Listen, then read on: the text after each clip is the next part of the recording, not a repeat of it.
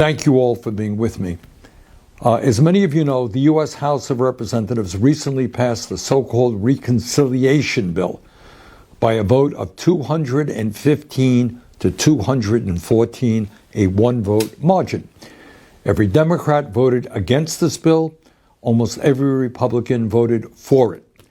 In the coming weeks, the U.S. Senate is expected to take the bill up. Let me take this opportunity to tell you what is in this piece of legislation. At a time of massive income and wealth inequality, this bill makes the obscenely rich, the oligarchs, even richer, while attacking the most basic needs of working families and the most vulnerable people in our society. This bill provides massive tax breaks to the richest people and largest corporations and pays for them by making gigantic cuts to Medicaid, the Affordable Care Act, nutrition, education, and other programs that are life and death for working families, the children, and the elderly. This bill is what Trump economics is all about.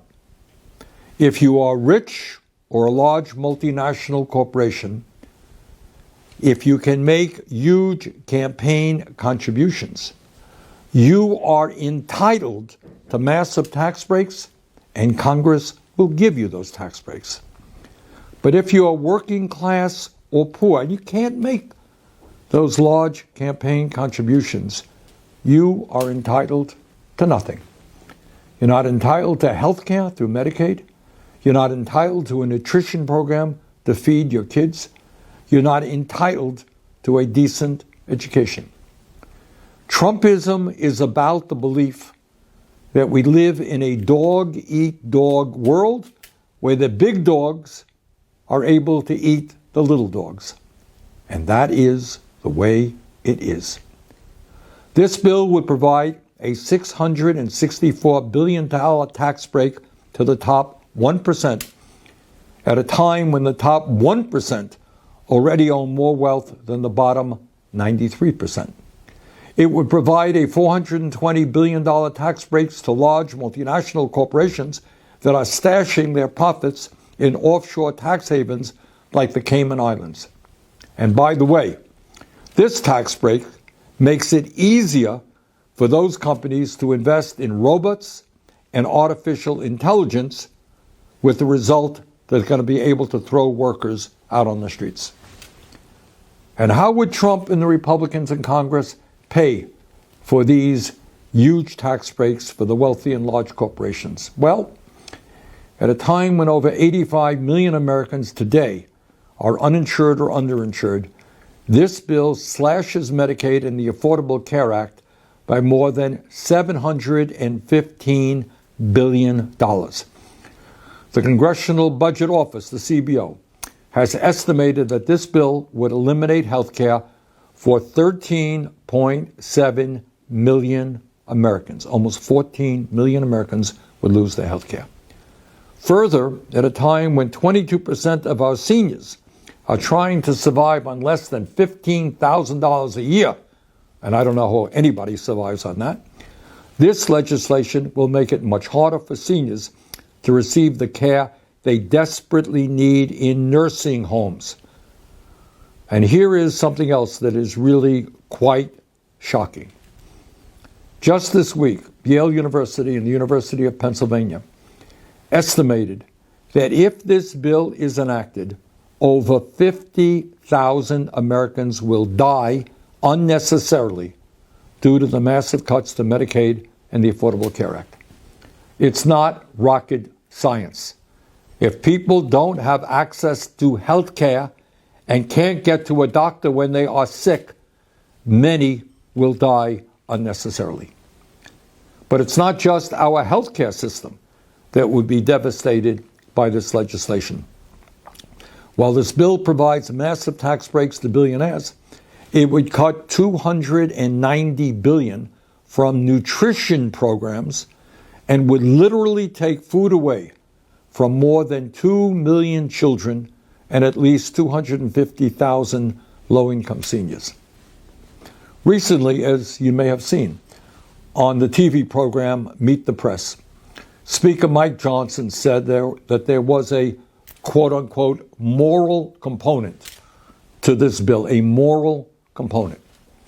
He was referring to the fact that this bill would require Americans to prove that they are working at least 80 hours a month before receiving Medicaid or food stamps. Let us see how quote-unquote moral that requirement really is. Last year, some 20 million Americans were either laid off or fired by their employers. They lost their jobs. And in our dysfunctional and cruel healthcare system, when you lose your job, you lose your healthcare. And that is what Medicaid is supposed to be all about. It is supposed to be there for those people who need it the most, the people, among others, who lose their jobs. All of us remember what happened during the COVID pandemic. In March and April of 2020, 22 million workers lost their jobs in a 2-month period. 22 million workers.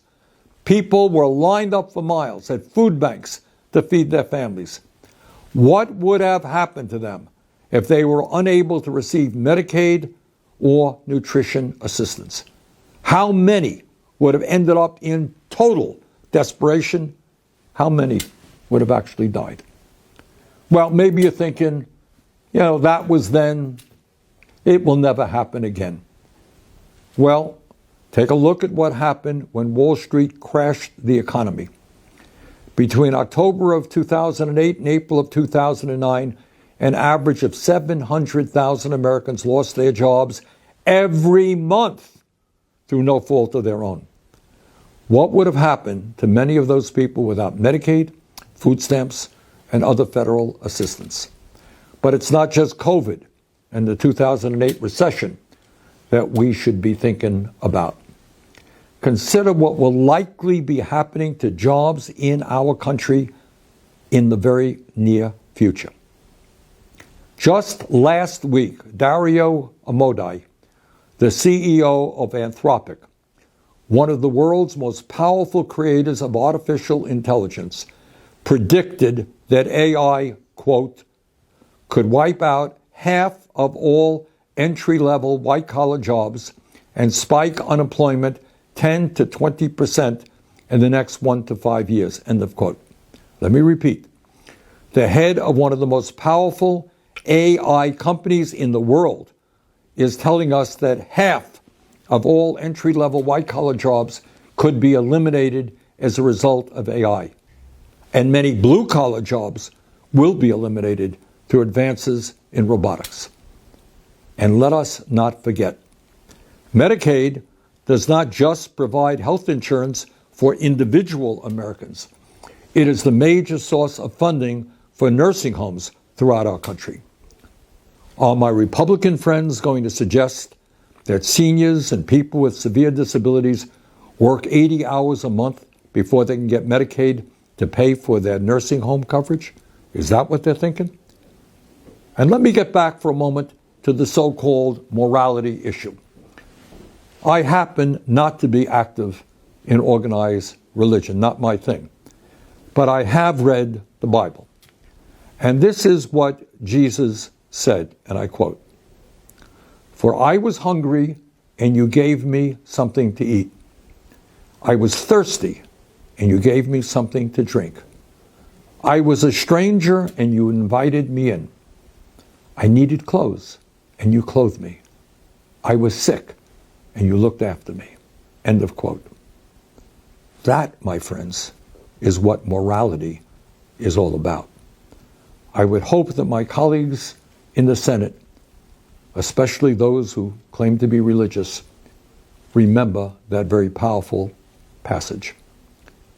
And let us be frank, in no religion, not Christianity, Judaism, Islam, Buddhism, or any other, is it considered moral to enrich those who need it the least while taking basic necessities, food, healthcare, away from the desperate people who need it the most.